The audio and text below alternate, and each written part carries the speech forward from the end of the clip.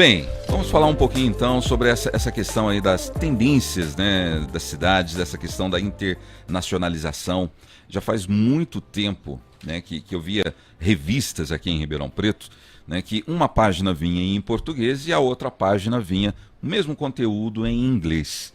E eu já vi, nossa, Ribeirão Preto realmente já acordou para isso. Hoje a gente pode falar o quê, Nilo? Ribeirão Preto já acordou, está acelerando? Ribeirão Preto ainda não acordou. Apesar o gigante acordou, Nilo? Ainda não, apesar de já ter um trabalho feito nesse sentido. Muito acontece na parte de internacionalização, principalmente do âmbito empresarial. Porém, e obviamente também em outros âmbitos. Eu não sei se vocês sabem, se é de conhecimento, mas existiu um programa aqui em Ribeirão Preto de intercâmbio esportivo, não é nem cultural, não deixa de ser cultural, mas no setor no futebol, das crianças chinesas virem para cá para aprender o futebol brasileiro, aprender realmente o estilo, etc, e acabar indo para a China ensinar isso, passar adiante. Inclusive, aconteceu que um vídeo sobre Ribeirão Preto, sobre o clube que elas vieram, estava passando na China, em horário nobre, em questão de acordo com o próprio governo. Tinha um vídeo que falava sobre o futebol, sobre as crianças que vieram aqui de Ribeirão Preto. E a cidade não vive isso. Então a minha opinião é que Ribeirão ainda não é internacionalizada, no sentido de que as questões que acontecem são muito desconexas e não existe um trabalho orientador, direcionador dessa internacionalização. E tudo isso que aconteceu, como eu comentei, de maneira orgânica, foi por parte das empresas, das próprias entidades, dos próprios grupos de interesse, porém a cidade não vive o que acontece. Como eu sempre dou esse exemplo, na AgriShow, né? O pessoal de outros países, eu já acompanhei, inclusive, empresários. Eu também já. Que legal. Empresários mexicanos que vieram para Ribeirão Preto, conheceram a AgriShow, e depois eu acompanhei todos eles, uma comitiva para Expo Zebu. Eles ficaram, legal. Nossa, compraram muito sêmen de boi lá, milhões e milhões. Então, e nessa oportunidade, em uma dessas, né, o empresário queria comprar um presente, um sapato brasileiro para a esposa dele. E quem disse que nas lojas as atendentes sabiam responder a questão dele? No caso, tinha eu para ajudar, mas e se não tivesse? Sim. Então, será que a cidade realmente vive o que acontece no sentido de internacionalização? Os próprios garçons, né? Eu acho que os garçons tinham que fazer um curso para atender clientes internacionais. O básico, gente, né? Eu considero... Napkin... Tá. Sim, mas eu acho que até é um pouco antes disso, assim, olhando a cidade como uma marca, né, e tudo mais. Eu acho que existe um pouco até de internalização antes da internacionalização. Sim. A gente fala assim, Ribeirão é um polo de ciência, de tecnologia em saúde. E é um polo em tecnologia em saúde. Mas o que isso reflete para a cidade e como a cidade está integrada nisso? Como as pessoas entendem isso? Isso não é nem sensível à população. As pessoas não... A USP é extremamente distante da cidade, não fisicamente. Fisicamente não é o problema. Ela é fisicamente um pouco mais afastada do centro e tudo mais, mas a questão é que ela é fechada para a cidade. E a cidade não compreende o que acontece ali e vice-versa. E da mesma forma o agronegócio. O agronegócio é imenso, extremamente explorável para toda a população, só que ele é restrito na mão de pequenas pessoas. Eu não estou tendo um discurso de luta de classes, não é isso. Mas a questão é que ele não é capilarizado para a cidade. A cidade não pertence, não se sente pertencendo ao agronegócio. A grande parte da população se sente pertencendo aos serviços, que é a grande riqueza, local, e o comércio e serviços, que é a grande riqueza, a grande força econômica de Ribeirão, para a maioria do público da cidade. Talvez não seja porque a AgriShow acontece num espaço fora, um espaço... Fisicamente afastado, sim, mas eu acho que vai além disso. Eu acho que ela poderia estar... Para o Ribeirão Pretano comum, ela poderia estar acontecendo aqui ou em Pequim, que não faria diferença para ele. Entende? Não tem uma conexão com a cidade. Tem uma conexão com grupos de interesse importantíssimos para a cidade, sem dúvida, mas que não se conectam com a grande parte da população. Então a cidade ainda não sabe qual é o seu potencial, não sabe qual a sua essência enquanto marca, para se internacionalizar como cidade. Sim. Né? Como grandes feiras, como não sei o quê, isoladamente, pontualmente, ok. Mas enquanto cidade, eu ainda não entendo, na minha opinião, claro, a gente como um potencial. O que poderia agregar mais? Quais valores poderiam agregar a mais para esse envolvimento da população? Eu acho que a população, a resposta não é, ela vem da população mesmo. Eu acho que a população precisa, de alguma forma, entender qual a sua vocação enquanto cidade. A cidade precisa se descobrir. E isso através de várias políticas que, por exemplo, você vê em Bolonha, na Itália, na Alemanha, em várias cidades até do Brasil onde isso aconteceu, que não são políticas ocasionais e não é nem necessariamente só do governo, como você vai falar de paradiplomacia, são coisas que funcionam muito bem. Mas eu acho que a gente tem que descobrir qual a vocação da cidade, para entender qual a minha essência. Então, Ribeirão é uma cidade quente, que tem cerveja, festa, esse tipo de serviço, bar, gastronomia, isso é uma vocação. Sim. Por que não explorar, entende? Isso da minha cabeça, tá? Não fiz pesquisa exata para isso, é empírico. Mas eu acho que a gente precisaria de fazer pesquisa. Legal, vamos nos descobrir enquanto marca? Vamos. Então tem que unir uma galera para conseguir entrar na cidade, porque não adianta fazer a pesquisa ou entender a marca Ribeirão da Zona Sul, né? Ou, não é só isso. Qual é a cidade como um todo? E depois disso começar a integrar, começar a chamar as pessoas, capilarizar esses movimentos e tornar a cidade realmente uma marca explorável turisticamente, gastronomicamente, etc. É interessante nesse sentido, né, da marca da cidade. Tem um caso de sucesso que é muito legal, que foi feito por Berlim. Eles desenvolveram realmente uma marca da cidade que ficou conhecido como Be Berlin. Então, quer dizer, seja Berlim, que tem todo um trabalho de identidade visual, que remete às respostas dessa pesquisa, né, que você comentou. E a cidade, inclusive, se promove através de feiras internacionais, de eventos promovendo a cidade. Então, assim, tem um pavilhão ali, um stand da marca Be Berlin, onde você vai ter acesso a diversos folders, diversas informações sobre o turismo, sobre o comércio, sobre diversos outros aspectos interligados. Então, assim, se eu pretendo viajar para Berlim por algum motivo de negócios, muito provavelmente lá eu conheci o stand do Be Berlin. Então, eu sei que além dos negócios eu tenho opções de turismo, eu sei que eu tenho opções de outros aspectos que eu posso estar lidando, estar conversando e vou acabar explorando melhor. Eu acho que isso é um passo a ser seguido por Ribeirão e por diversos outros municípios do Brasil também. Perfeito, Nilo. Vamos fazer o seguinte, a gente vai para um rápido break. Na sequência, vamos ver o que é mais forte em Ribeirão Preto. Legal. Seria essa marca da Ribeirão AgriShow ou Ribeirão Pinguim, Ribeirão, a capital do chopp? 3 e 4, boa tarde, já estamos de volta. E aí, você participa também, estou esperando. Bom demais estar junto com você nessa tarde gostosa, fim de ano, que é muito mais gostoso aqui no Grupo Tati de Comunicação. E é óbvio que daqui a pouquinho a gente vai saber quem é o grande sortudo que vai levar aí, mas dou mais um par de convites, né, para Cinemark. Olha, muita gente passando aqui pelo Facebook, deixando recados.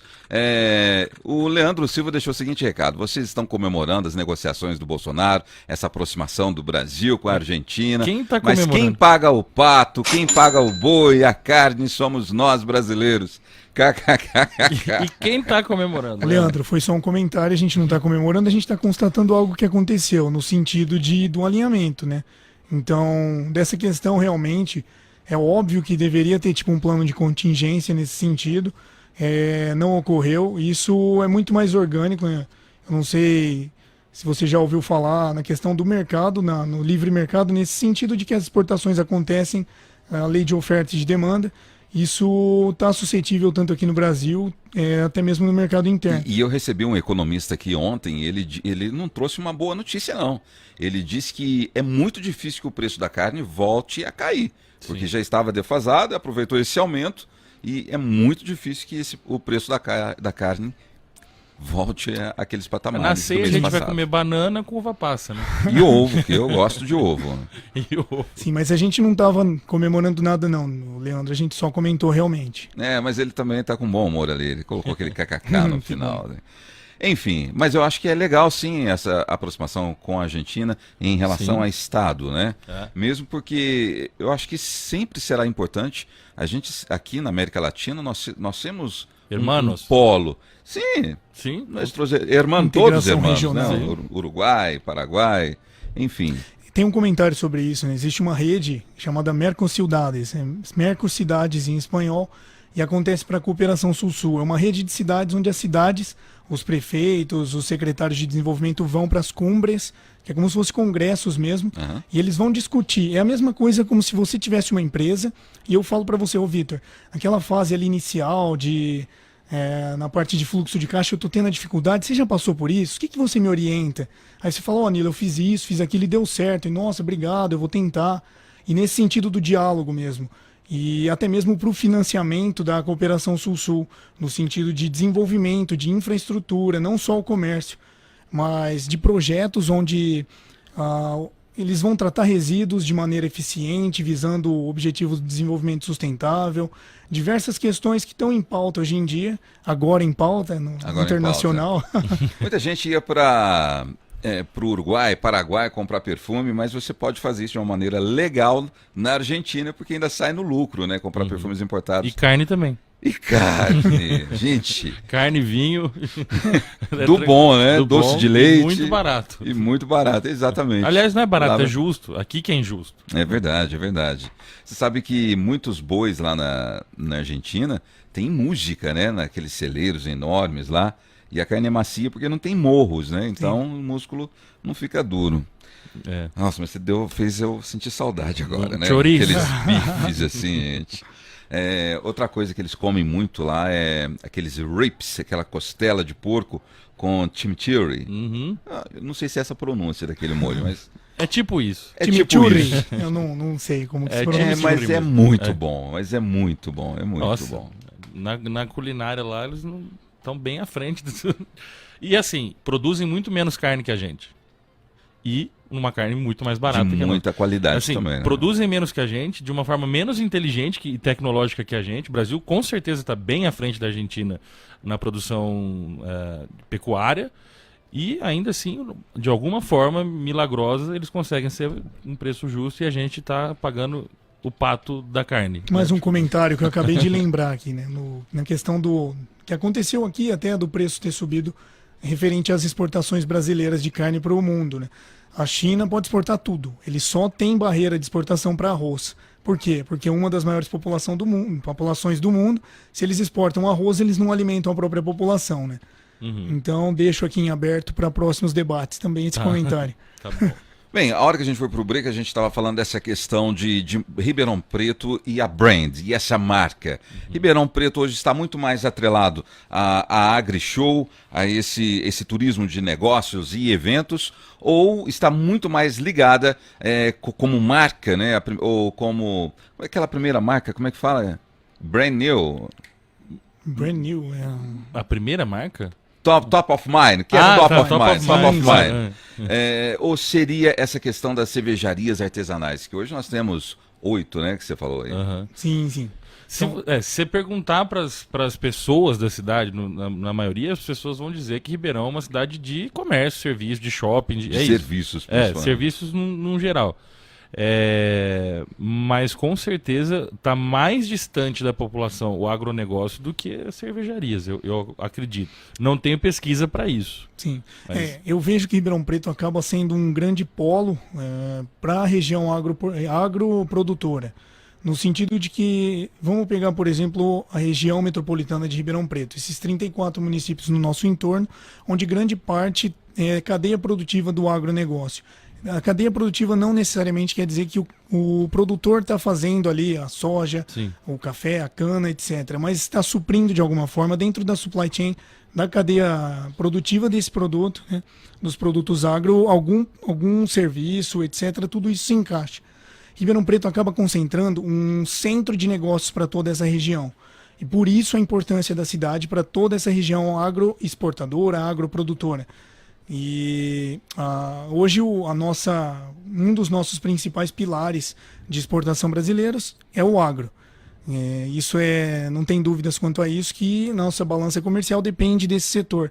Então isso ser desenvolvido de maneira sustentável, de maneira direcionada é interessante também, que a população entenda o valor disso e que Sim. o próprio produtor, o empresário que está envolvido nessa cadeia produtiva, ele consiga ter em mente que o mundo está mudando também, que tem diversas questões hoje em dia, como eu comentei dos Objetivos de Desenvolvimento Sustentável, que se daqui 10, 15, talvez 20 a 30 anos a gente continuar nessa exploração que a gente tem hoje em dia, talvez a gente não vai ter mais o que produzir. Então, assim, é um debate para ser trazido também, é um tema muito complexo, eu acho que até cabe trazer um outro dia, uma outra pessoa nessa parte ambiental, mas de que se tiver consciência e tem os meios para fazer isso já vem acontecendo, tem diversas startups de tecnologia no setor agroprodutivo que já estudam essa questão ambiental, isso pode ser trabalhado e de maneira sustentável para que tenha comida, tenha balanço comercial, tenha dinheiro e continue tendo desenvolvimento também. Se organizar E certinho. no caso de Ribeirão Preto, responde aquela pergunta nossa. Você acha que esse turismo de negócios da AgriShow é uma marca mais forte do que a questão das cervejarias? Eu acho que não precisa ser dual, eu acho que pode ser complementar. Mesmo porque quem vem para a AgriShow não sabe das cervejarias, isso poderia ser trabalhado. E no sentido de que isso não é dual, nós temos diversas vocações, como o próprio Augusto comentou. Eu comentei dessa questão do esporte, mas não é só isso. Nós temos em Ribeirão Preto, eu mesmo, no meu círculo social, tenho diversos amigos que são latino-americanos, tenho um amigo da Síria, tenho diversos amigos internacionais e a cidade não sabe que eles estão aqui, que eles estão trabalhando em empresas aqui, que eles têm a vida deles aqui e passam despercebidos, né? Então, não precisa ser dual, tem diversos temas. Não é impeditivo. Né? Exatamente. Uma coisa a A outra. única coisa que eu acho é que esses temas têm que coligar. Eles têm que estarem conectados. Se não tiver conectividade, a internacionalização não gira. É como se fosse uma engrenagem mesmo. O que é paradiplomacia? Paradiplomacia é a atuação internacional de entes federados, ou seja, Ribeirão Preto quanto município, e começar a buscar os seus próprios interesses internacionais é uma forma de fazer política externa, mas descentralizada do governo. Obviamente, nós dependemos das diretrizes de política externa do governo federal, porém nós temos autonomia de buscar internacionalmente questões que possam auxiliar no nosso desenvolvimento. E isso é muito mais rápido. Porque imagina depender de Brasília toda vez que tiver que fazer um projeto de cooperação, algum projeto internacional, eles não sabem as nossas peculiaridades. Então é muito mais ágil, é muito mais dinâmico se a gente for atrás disso. E é responsabilidade de todas as cidades buscar esses próprios interesses internacionais. Ô Nilo, e é uma coisa que vem surgindo também que eu acho interessante falar, que é a municipalização Sim. das coisas todas, no geral, não é só da internacionalização. Mas assim, se a gente pega uma linha de tempo, assim, né, a gente vem de um século XIX, onde o mundo viveu a era dos impérios, grandes, então, otomano e austro-húngaro e não sei o quê, e aí acaba o século XIX com o fim dos impérios, com a Primeira Guerra, não sei o quê, e surgem as nações. Então a gente sai de uma era de grandes impérios e vem para uma era de pequenas nações, e aí surgem as Alemanhas, as Itálias da vida, e a gente passa esses perrengues. E hoje, no século XXI, a gente está entrando para o século, já alguns especialistas afirmam, século das cidades. Ou seja, é onde eu moro, né? Eu não vivo no Brasil. Eu vivo em Ribeirão Preto. Assim, a minha vida acontece aqui, nestas ruas, né? A minha casa é aqui, enfim, eu tenho que pensar muito mais no local, né? Na cidade, né? Inclusive na hora de impostos e tudo mais, a maioria não vai para a cidade. Vai para o governo federal e depois vem filtrando até chegar aqui.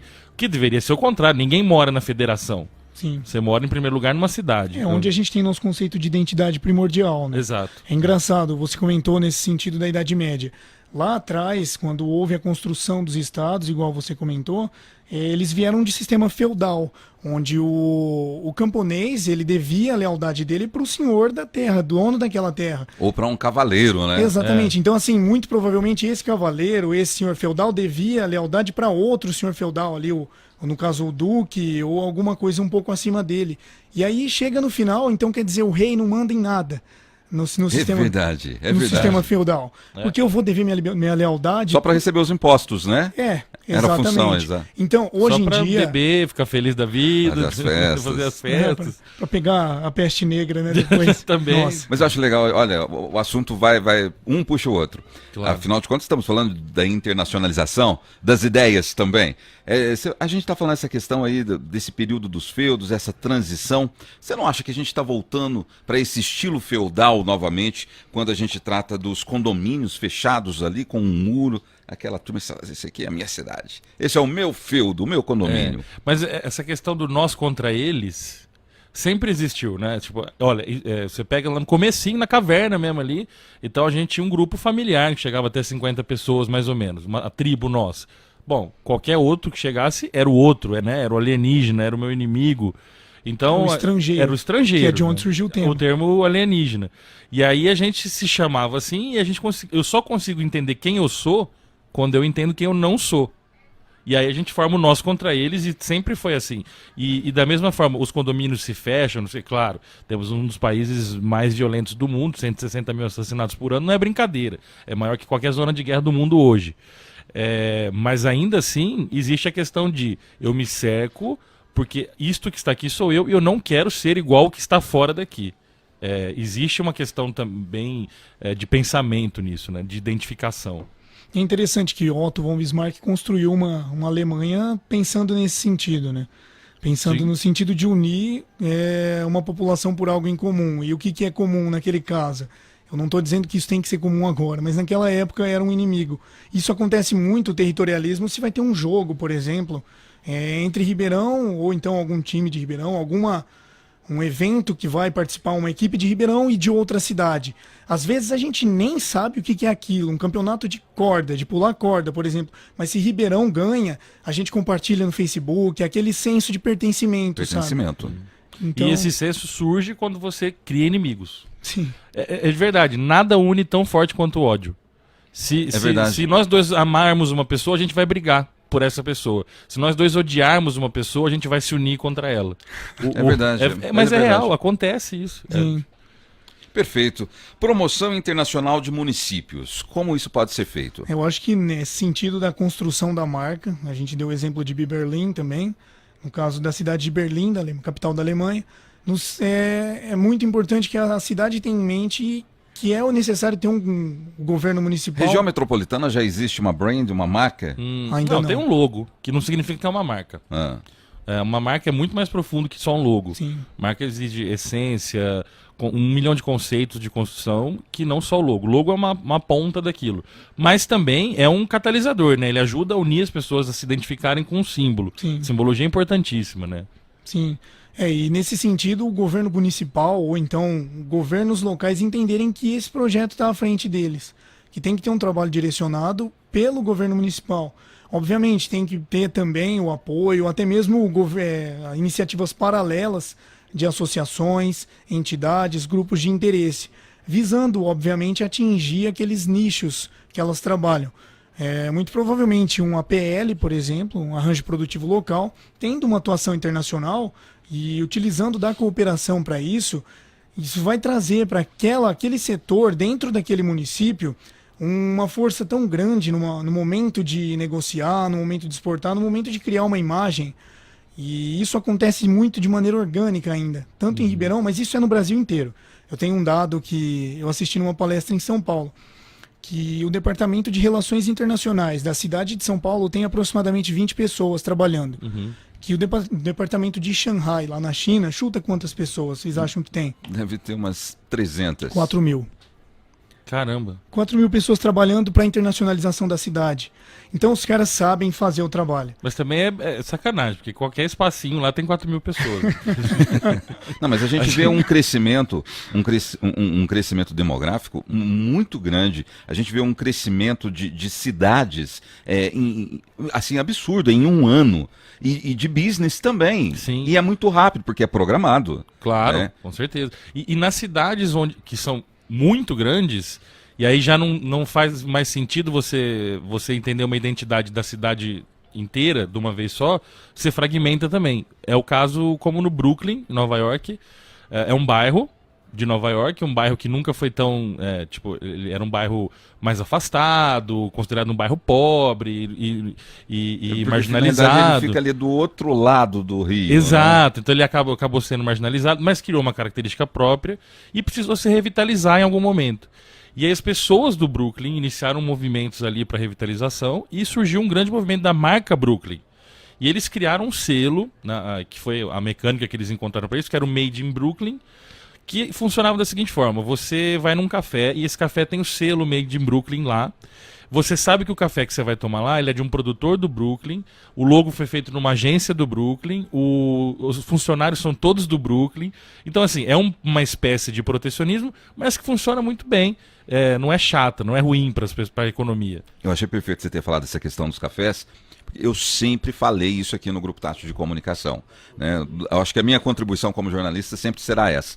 Ribeirão Preto é conhecido internacionalmente ainda como uma das primeiras capitais do café do mundo. Sim. E a gente não pode perder isso. Tem muita gente que vem aqui agora nós temos eu diria que mais umas 4 cafeterias profissionais que foram instaladas aqui em Ribeirão Preto nos últimos 2 anos. Ainda bem.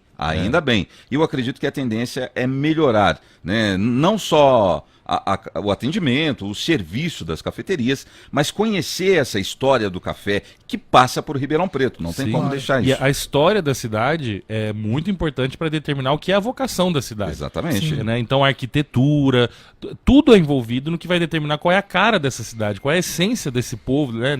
De como essa cidade funciona, se caracteriza. Sim, e nesse sentido da joia da casa também, é muito importante a gente ter em mente que, por exemplo, o visitante da Grishow, já que a gente estava comentando, quando ele vem para cá, ele quer conhecer coisas que são da cidade, quer voltar para o seu país com eu tenho lembranças, absoluta né? certeza que todos eles gostariam de conhecer o Museu do Café lá no Com certeza é uma coisa que nós Absoluta temos. certeza.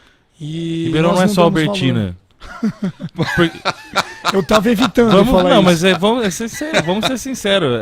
Virou uma Grishow, uma né? característica da Grishow. Sim, Ou não? Eu tô falando besteira. é verdade. Ué. A concorrência aumentou muito.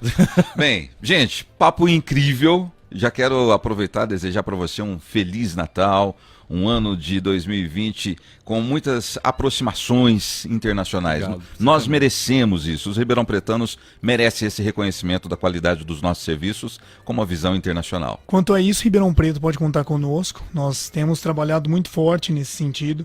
E não só no comércio, obviamente para o comércio através de atendimentos a empresas, etc. Mas o nosso foco realmente é fomentar para que Ribeirão, que é a cidade que eu nasci, eu sinto pertencente disso aqui, eu sou parte disso. Eu gosto muito do termo micropolítica, então o que eu posso fazer aqui para mudar o todo, né? Isso está até escrito na IMA, né? Escola do Augusto. É nosso lema lá, é pensar global, mas agir local. Então eu vou continuar lidando nesse sentido para que Ribeirão cada vez mais tenha um trabalho direcionado em internacionalização. Nós Perfeito. também. Obrigado, muito obrigado. Nilo Scandaroli, analista de Relações Internacionais e Comércio Exterior. Também bati um papo muito especial com o Augusto Carminati, presidente da IMA, né? Escola de Empreendedorismo. Bem, parabéns também para a Alessandra Polessi, que faturou aí um par de convites. Pode passar aqui na Mariana Junqueira 33 e bons filmes. Tem muita coisa boa em cartaz, vale a pena conferir. Eu volto amanhã, na sequência tem Maraca, batendo papo, trazendo informações do que acontece no Brasil e do mundo. Marcola, obrigado por essa trilha. Boa demais. Feliz Natal, tudo de bom. Tchau, tchau, pessoal. Tchau, pessoal. Obrigado.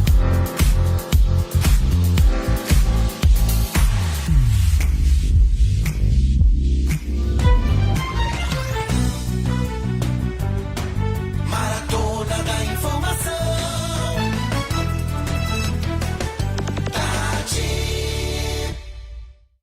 Com mãos estendidas, recebemos 2019 de presente. Um ano que chegou cheio de surpresas, alegrias, algumas tristezas e muitas aspirações.